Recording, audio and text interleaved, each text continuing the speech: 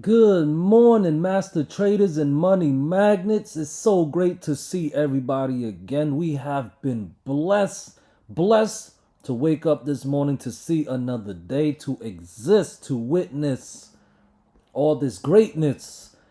Uh, Guys, in yesterday's aftermarket video, Uncle asked, "Are we bullish yet?" And I said, "No, not quite yet. We're not bullish just yet. All right, we're still overall bearish, and the reason I said we were overall bearish is because SPY failed to give us the false breakdown setup. They failed to recapture a critical level, and they also, you guys can see that red line. That's my 5 daily moving average.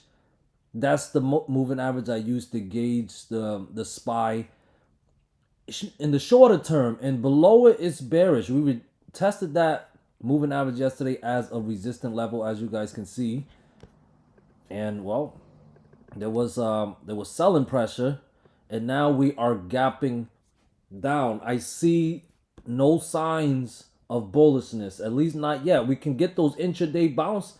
We had a beautiful false breakdown setup yesterday. Intraday, we can trade those intraday bounce, but if we're talking higher time frame, it's still looking bearish as of now, and now we're gapping down. So what would it take for SPY to look bullish once again? Well, it's around 577.7ish as of recording this. Uncle have resistant levels at 578.5, 580, 582, 583.3 fib level, and for me to trust the recapture of the 5 daily moving average, I need to see SPY pop above 585. Okay, we also have the inside candle setup. All right, inside candle setup. Many ticker symbols like the QQQ also have the inside candle setup, which is a sign of chop and consolidation. Are we back in the chop phase? Big possibility, guys. I hope not for too long, and I hope I'm wrong, but hey, that's how the market is. It trends, it chops, and it trends. Right now, we're seeing signs of a chop. No signs of bullishness, but signs of a chop. But if it wants to be bullish, like I said, clearing those resistance level with the main key levels being 583.3 and 585. We can do that. If we can do that, I would favor a bigger relief bounce, okay? A bigger relief bounce up to 588, 590, or 592 area. Maybe higher, but that would be my short-term targets if we can clear those levels. Now, we did gap down.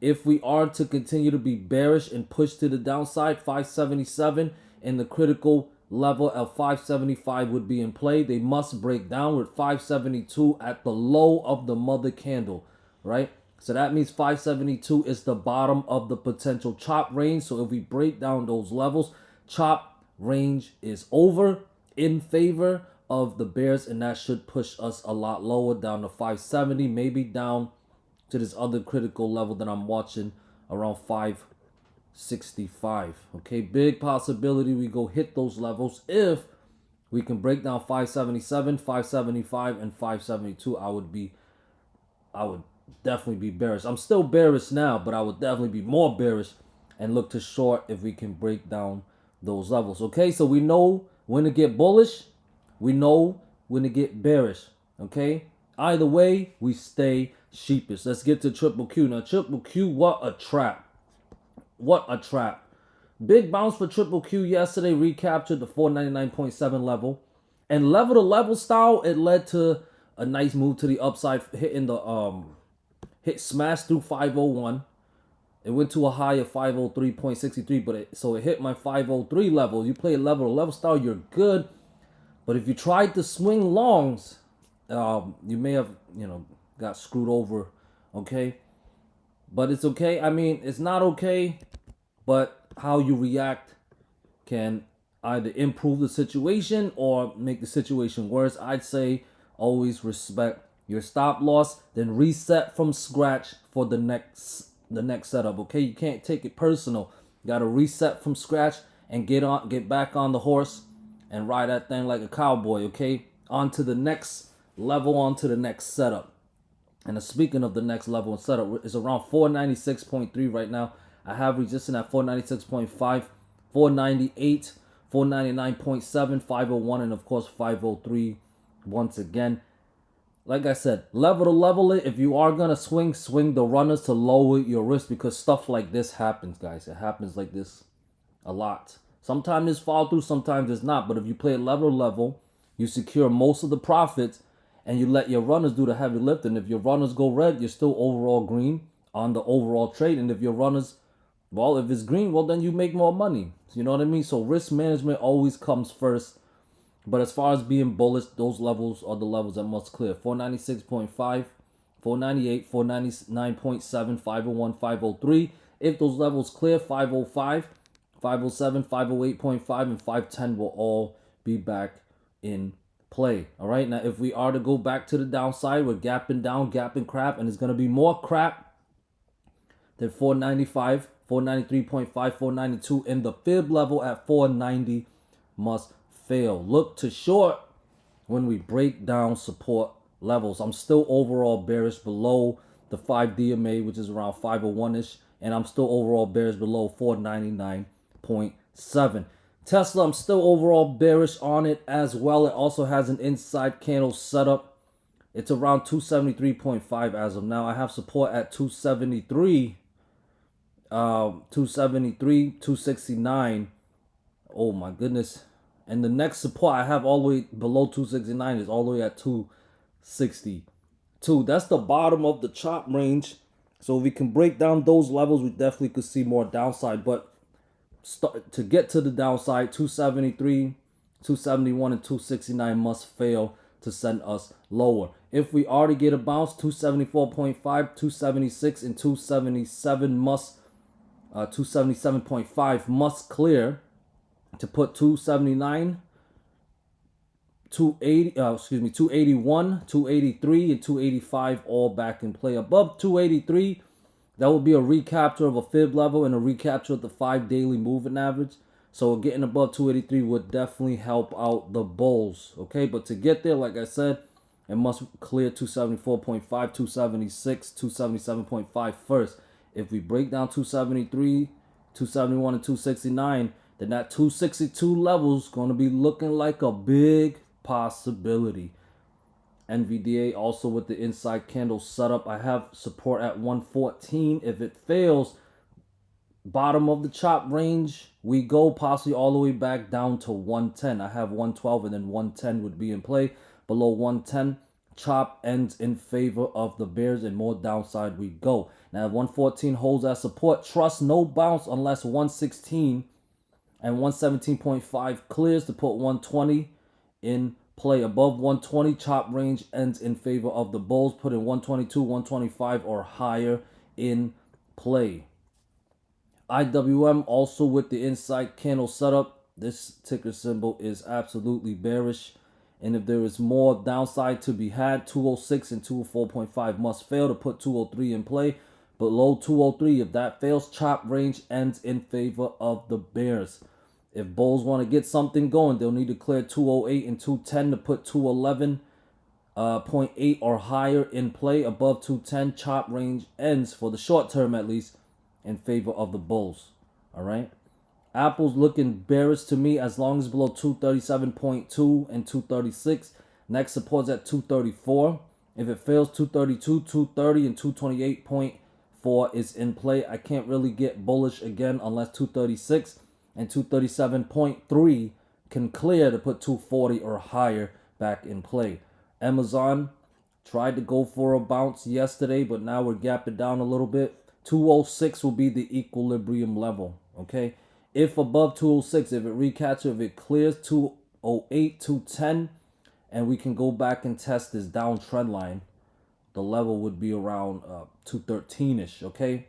Can't favor a bottoms in unless we clear this downtrend line, and it would need Amazon to clear 213, all right? But for the intraday level for today, the equilibrium level to watch is 206. So above it, we can get that bounce. But below it, still overall bearish. Breaking down 204.5 and 203 would be bearish. Follow through and should send Amazon lower down to 200, possibly all the way down to 197 and 195.5 fib level. Microsoft with the beautiful bounce yesterday, but all it pretty much did was back test a critical fib level, and now we're gapping down here. All right. 395 is next support. If it breaks down, 393, 391.8, 390, and 387-ish would all be in play. To get a bounce back to the upside, 396.3 and 398 must clear to put 400 and 402 in play. Above 402, I would be a lot more bullish on Microsoft. Meta went for a bounce as well, probably to shake out all the bear bias traders. It filled the gap as well, recaptured the 50 daily moving average, closed around 656.4. It's only for it to just gap down right now. I have support at 652, right around the 50 daily moving average. Well, it's actually below that. So based on where it's at right now, the next support's actually at 650. That's a fib level. And if 650 fails, that is very bearish. 648, 645, 642-ish would all be in play if 650 is lost. Now, above 650, bulls would need to try to get back above that 50 daily moving average. All right, clearing 652 and 654 will give bulls a shot at a bounce and put those higher targets back in place. 656, 658, 660 or higher would be back in play. Above 660, I would definitely be a little bit more bullish on Meta. DXY is looking very bearish. Next support I have is at 104. If 104 fails, then a lot more downside incoming. I'll trust no bounce from 104 unless resistant at 104.6 can recapture. And then I would trust a bounce back up to 105 and 106 plus. All right. Coin went for a bounce yesterday. All right, it's looking decent, but it's gapping down a little bit as well. Supports at 216 and 214. If the plan is to be bearish today, those levels must fail. Look to short if 216 and 214 fails to put 210, 206 or lower in play. All right, if coin wants more upside, okay, 218, 220 must clear to put 221.5, 223, 224.3, possibly all the way up to 226 and 230 plus would be back in play for coin. Doge still looking bearish.